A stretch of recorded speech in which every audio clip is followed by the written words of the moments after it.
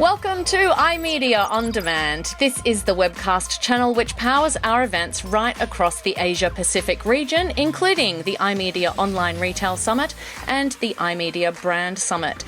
My name is Yvonne Adele and I will be your host today as we explore how to capture your customers at their highest intent to purchase.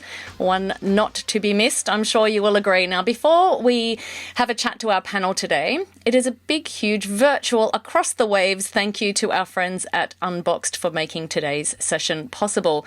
Speaking of Unboxed, I am joined today by RJ Menon. He is the Senior Customer Success Manager at Unboxed, and Todd Hess, who is the Chief Marketing Officer at Plumberstock. Hello. Hello. Hey. So today we are going to have a bit of a chat and a bit of uncovery, and we're going to talk about some ways to grab that customer at their highest intent to purchase. So Jay, can you tell us a bit more, first of all, about what Unboxed does and the sorts of customers that you're working with and the sort of results that you're getting? Firstly, thank you, Ara, and this is a great opportunity for us to explore. So let me quickly introduce you to Unboxed. Now, Unboxed is an AI-powered e-commerce product discovery platform. What we primarily do is we try to connect shoppers with the products they're most likely to buy. And how do we do it is the most interesting part, wherein we have a set of numerous data signals, clickstream data, and we try to capture all of this, try to understand the shopping behavior, and then we try to connect the user to the product that he might buy from your site. So that's pretty much on what Unboxed's platform is. Now, if you look at what Unboxed can do in your site, there's just three different aspects to it.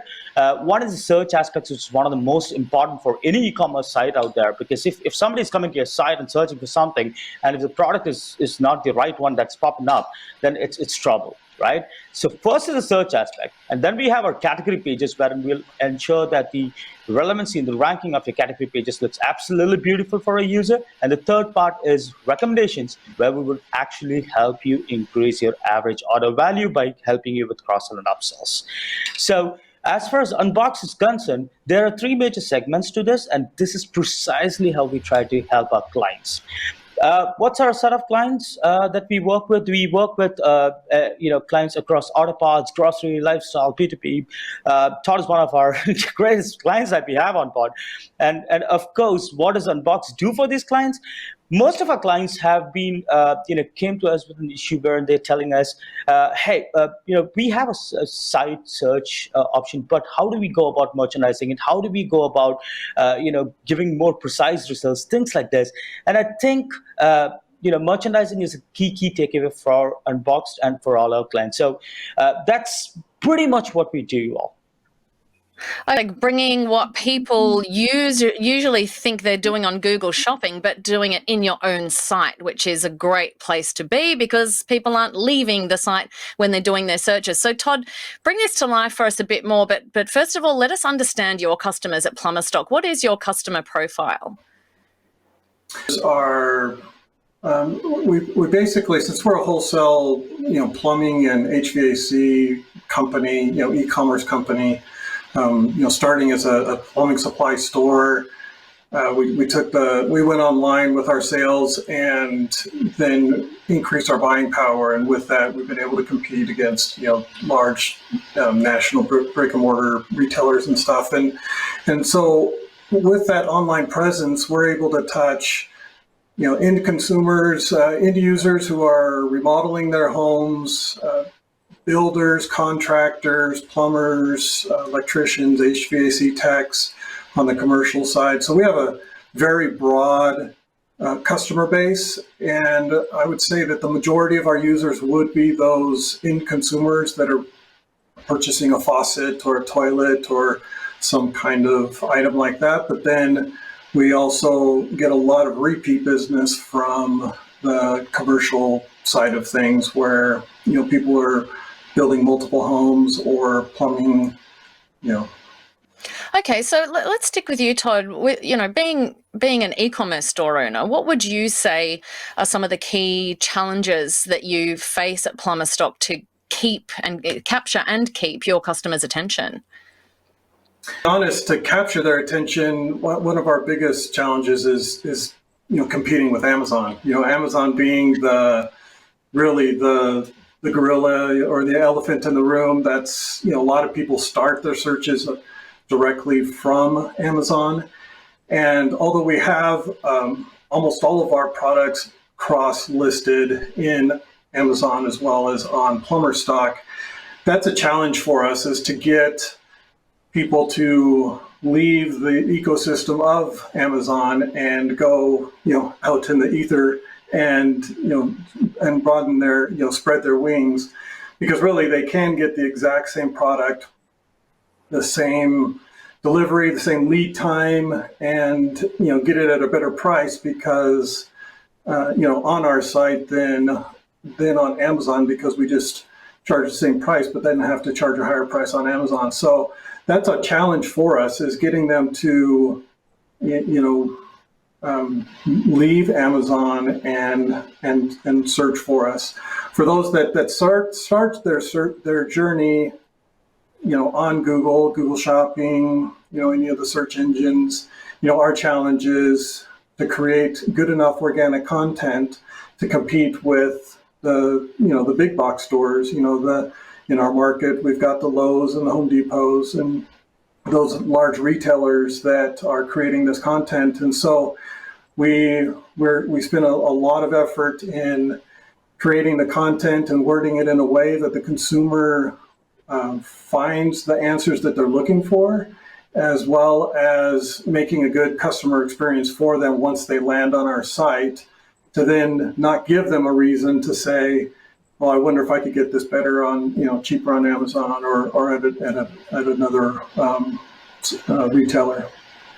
So, Todd, can you give me an example of, say, a piece of content that you've created that has worked to engage and keep customers on your site, or some wording that you've changed from, the line item that comes with the product to actually something more descriptive and conversational, to keep your customers?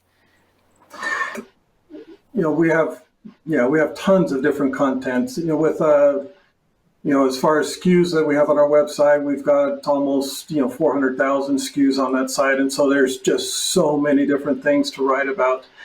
And really, those content decisions happen internally based on what our needs are. If I've gone in and installed a new toilet, or I'm going to install a toilet in my house this weekend, and I may make that suggestion to our content writers to create a piece that would tell me how to do that, and then obviously cross-link into our other products. And some of our most popular pages are things like how to wire a hot water heater. Something that we had no idea that, even doing our Google Trends and searches and keyword research, that wasn't based on that research. It was based on an internal question that we had. And since we have this expertise, since we've been in the industry for over 30 years, the people writing the content are actually electricians, or they're plumbers, they're actual experts. And so it's delivering the content that people are searching for. And I think Google is getting so good at learning people's intent that when they already know that that's the answer that they're looking for. And so that's what we're doing. We try and use tools to supplement what we're doing, but we really do keep it as organic as possible. Yeah, I love that. That's a very clever way to grab search traffic and keep the customer on your site, to have a bunch of how-tos that are from your actual experts, and then you've got all the bits and pieces that you need to complete the how-to that you can buy from the site. That's great.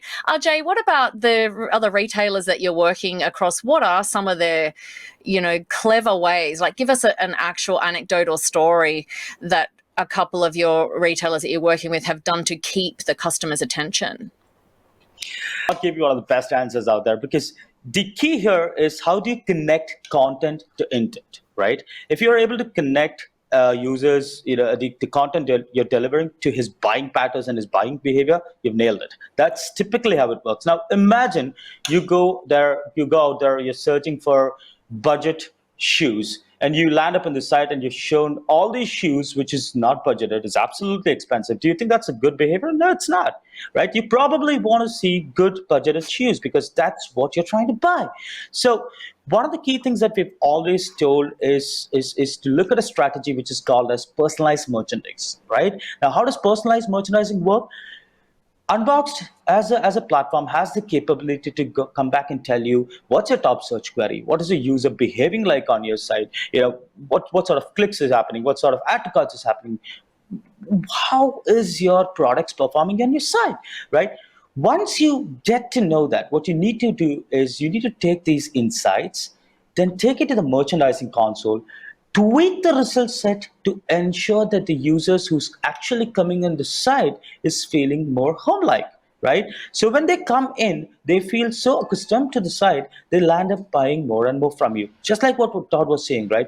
Repeat users is the mantra right now, because if you are able to make a user come back to you again and again to buy more, that basically means you're enlarging your existing customer base. And for that, what you need to give is two things. One, you have to have absolute relevancy on your site, which basically means the set of products for a particular search query has to be good, the recommendations has to be perfect, in sync with what he's looking for. And the second one, make him feel at home, which is more on the lines of personalization. So let's say, for example, if I come into the site and if Todd is also coming into the site and both of us have sort of similar buying patterns, how do I show Todd pretty much a product which I might have bought, right? Because we both have similar patterns. So these are the key points that you need to keep in mind if you're trying to connect content and intent. And if you have them in place, I've seen a tremendous uplift in the conversion rate. It's a very, very key takeaway for any of my clients, including Todd. Right. So, RJ, you did, cover off my next question there, which was going to be about how do you convert casual to repeat buyers. So that was a couple of great tips there. Todd, do you have anything to add about, tactics that you've used to convert those casual shoppers to repeat buyers? Are we having a very broad customer base? What we've learned is that we have designed our site for really end of funnel purchases. So we've optimized everything for those moments when someone has narrowed down, let's take a kitchen faucet, down to maybe a couple of brands or a couple of styles. They've gone out, they've seen them, designers, seeing something on Pinterest and they'll see something labeled, they'll do some research. And we've optimized our site so that when someone's searching that make and model, and that they'll land on our site and find that information. And since our average order value is fairly high, for these large items, people aren't going to be buying a toilet every week or every month. It's going to be a fairly large purchase that they're going to make. They're going to do a lot of research. And so when they've come to our site, they've pretty much narrowed down what they want. But we want to show them the different, models, the different things that are similar. And that comes back to what Ajay was talking about with the merchandising options that we have with Unboxed is, it automatically, based on other people that have been looking at products, what did they purchase that's similar? What did they look at that's similar? And based on that, the people, it helps them make those decisions better and really find them, instead of them having to go and search, okay, this model and this make and this design and this color, these types of things. It just shows up in a nice little carousel on that product page. And since we're optimized for that end of funnel, people are on Google and they're searching that make and model, they land on our product page. They don't need a ton of information. They just need to know that they need to have confidence that we're a legit, provider, that they'll check availability, they'll check price, and ultimately we help them to narrow those choices down based on those carousels and the content that we have. Another thing that we do is we review all of the the feedback that we get from our customers. when we mentioned it before, that we try and keep our site very personalized, that if people are having a problem with certain pages, or they're having problems with certain products, we have a large number of people in our company that are actually answering FAQs all day long, hundreds of questions, because they're at that moment, they're ready to make that purchase. And it's as if they're walking into a showroom, or they're walking into a counter and talking to an expert saying, what should I buy? Or is this compatible with this? Or, my builder, said for me to spec this or to do this.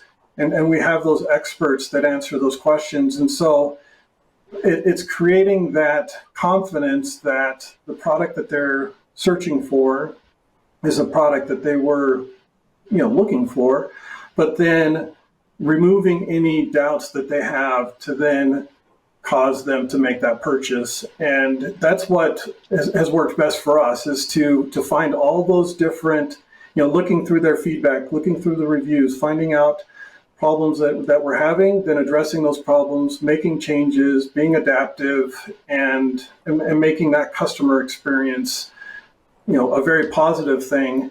And they may not be purchasing a toilet, the following month, but there are, we do get quite a few referrals from customers or builders that actually recommend, hey, go to this site, everything that you want that will be there. And so it's creating that, kind of tribe behind it. And, in addition to the other things that we do with, newsletters and things like that. But that's probably it. We want to make that customer experience so good that it doesn't give them a reason to go somewhere else. And then they remember that, and, through continued targeting and, just keeping in touch with them, that they'll remember and come back to us. Yeah, some tips there, like the product carousel on the product page, and the team, the multitude of people answering FAQs. That not only, as you say, helps people get the answers that they want quickly, but that makes people feel like you care, and that makes people feel like they are in a showroom. So that is a real sticking, customer experience. That's a great one. And then the follow-up in the newsletters. So Ajay, what would you add when you think about the, thousands of clients that you have and some of the great wins that they've had on improving customer online shopping experience? Any tips from you? Points that we have to remember here is, experience is about how comfortable you are with the site, right? I mean, that's what pretty much ensures that your buyer is sticking to the site. So as I was mentioning earlier, right, it's very important to understand your entire e-commerce ecosystem. Let's say you have a marketing automation tool, you have a CRM, you have the Unboxed as a search platform, right? There's multiple signals. Right now, the buyers are ready to live for you, right? Gone are the times when people just came in and just left your site, right? There's multiple footprints they're living.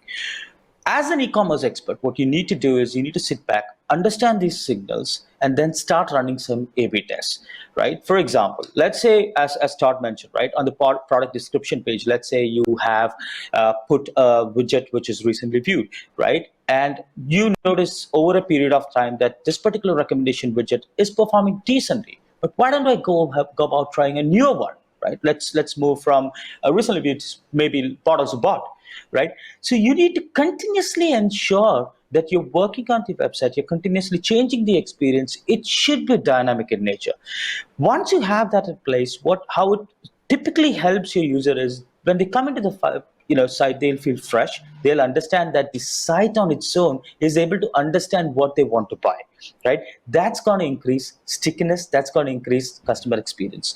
Two, right? It's very important to understand geographies as well. For example, let's say once somebody's logging to your site from New York, and you're kind of understanding that a set of users from New York has a particular buying pattern or a particular browsing pattern. Once you have that, it's very, very important to go ahead and merchandise for this particular location. So imagine you're able to merchandise basis location, basis mobile device, or the device that you're using.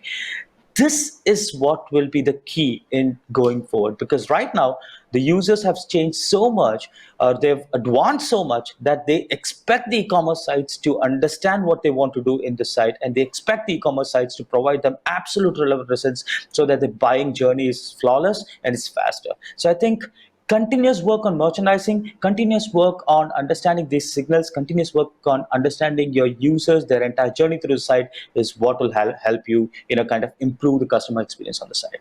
Okay, great. So you've given us a bit of a glimpse into the future of the way that e-commerce sites will behave and how we're going to serve our customers. Let's cast our mind now to the behavior of shoppers. Todd, what do you expect to be some of the changes in the next 3 years in the behavior of your shoppers?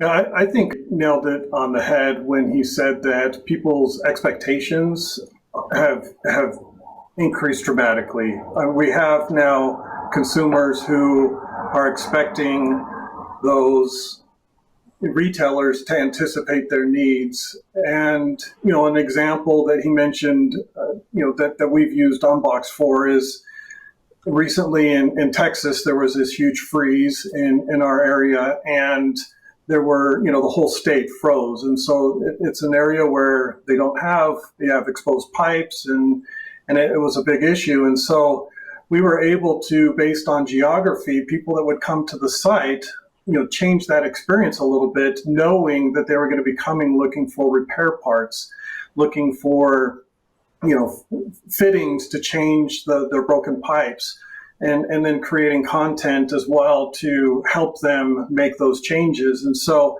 being able to be dynamic and fluid and make those changes, from one day to the other, or, from 1 hour to the next, allows us to increase improve that experience for those customers. And so retailers are anticipating people's needs based on what they purchased in the past. We're seeing a lot of subscription models where people can create these shopping lists and say, okay, I order these things ever so often, and actually subscribe to those. And as technology improves on the retail side of analyzing people's data, buying patterns, it will make recommendations to those lists, even to the point, I believe, within a few years that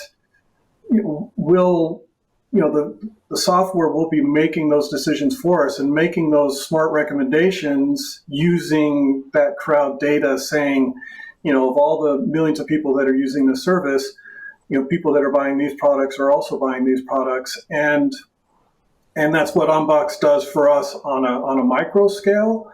But I believe in a macro scale, that will be commonplace. You mentioned in the past year with the changes in COVID and just the number of people that are very comfortable to order groceries online and go to curbside pickup and pick it up at the restaurant, or even have those delivered.